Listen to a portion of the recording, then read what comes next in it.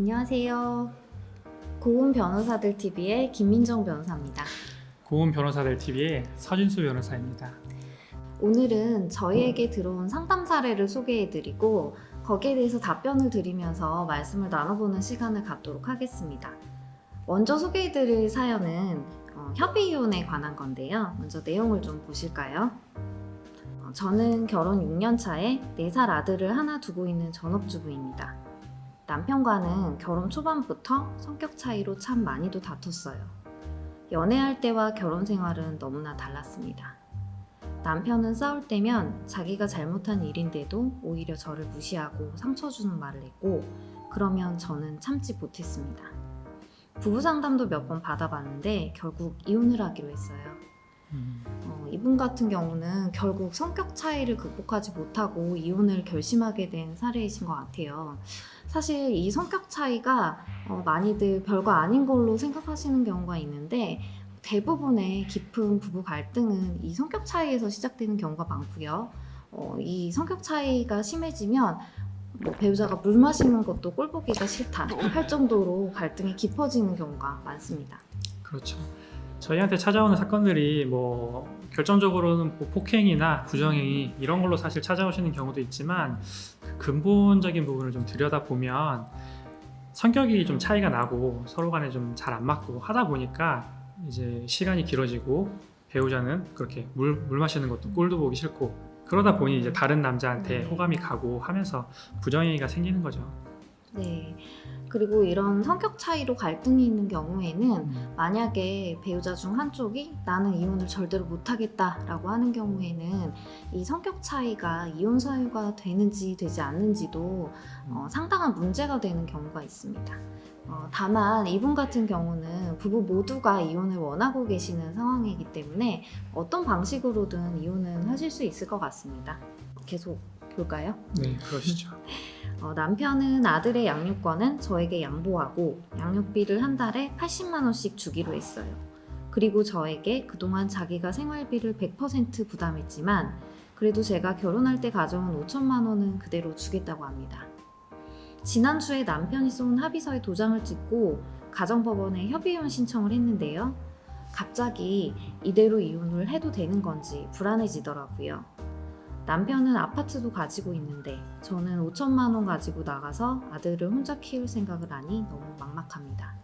저는 이대로 이혼을 해도 될까요? 라는 사연 주셨는데요. 이분은 지난주에 협의변호사 확인 신청을 내셨으니까 지금은 숙려기간 중이실 것 같아요. 그렇죠. 네. 그런데 이렇게 협의혼하면서 숙려기간을 두는 취지가 이혼을 할지 말지, 그리고 이분처럼 이혼을 한다면 이렇게 합의한 내용대로 이혼을 해도 될지 다시 한번 확신을 가질 수 있게 생각해보는 시간을 갖는 건데요.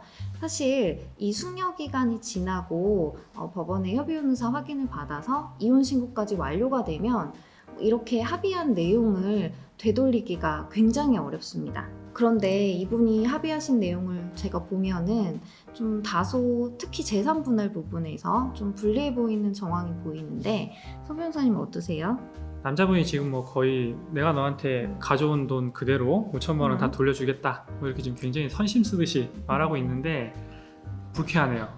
아니 5천만 원 굉장히 많이 주는 것처럼 말하는데, 사실은 이게 지금 아내분 입장에서는 결혼을 시작할 때 5천만 원 정도 재산 형성에 기여를 한 부분도 있고, 남편 명의로 지금 아파트도 있는데 이게 시가가 어느 정도 되는지에 따라서 구체적인 재산 분할 금액이 좀 달라질 수 있겠지만, 그래도 그 부분에도 어느 정도 기여도가 있기 때문에 이렇게 아파트는 마치 없는 것처럼 쏙 빼놓고 5천만 원만 그대로 주겠다라고 하는 게 사실 좀 상당히 불리해 보이긴 하네요.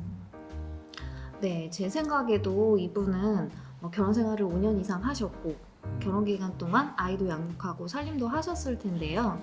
이런 경우에 법원은 전업주부로 지내셨다고 하더라도 재산의 형성 및 유지에 상당한 기여도가 있다고 평가를 하거든요. 그렇기 때문에 제가 생각하기에는 이분이 합의하신 내용보다는 재판에서 인정되는 재산분할 금액이 더 높을 가능성이 좀 상당히 있어 보이고요. 그렇기 때문에 계속 이렇게 불안하시다면 협의이혼 절차를 마무리하지 마시고 먼저 나에게 재산분할 청구권이 얼마 정도가 되는지를 확인을 해보시고 전문가의 상담도 꼭 받아보시기를 권해드리겠습니다.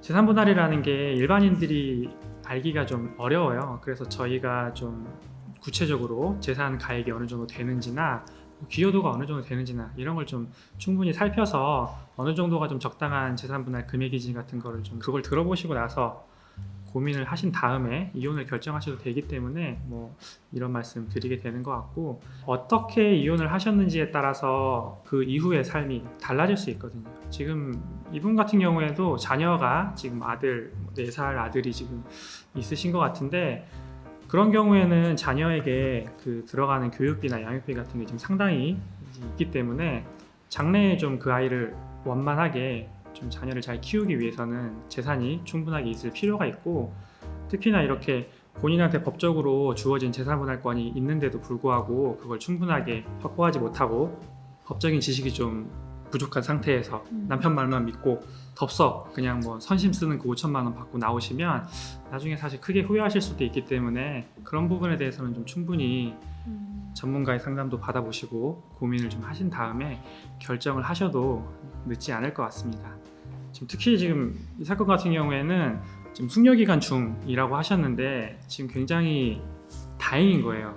저희 사무실 찾아오시는 분들 중에서는 이혼 숙려기간 다 네, 지나고 맞습니다. 신고까지 다 네. 하고 나서 오시는 분들도 있는데, 사실 일이 거기까지 진행되고 저희를 찾아오시면 저희가 도와드리기가 굉장히 어렵습니다. 그러니까 이분은 그나마 지금 아직은 숙려기간 중이라고 하시고 아직 이혼 신고도 하기 전이니까 현재 단계에서는 얼마든지 그 저희 도움을 받고 현재 상태를 뭐 개선할 수 있는 여지가 있으니까 그런 부분 잘 고민하셔가지고 결정하셨으면 좋겠네요.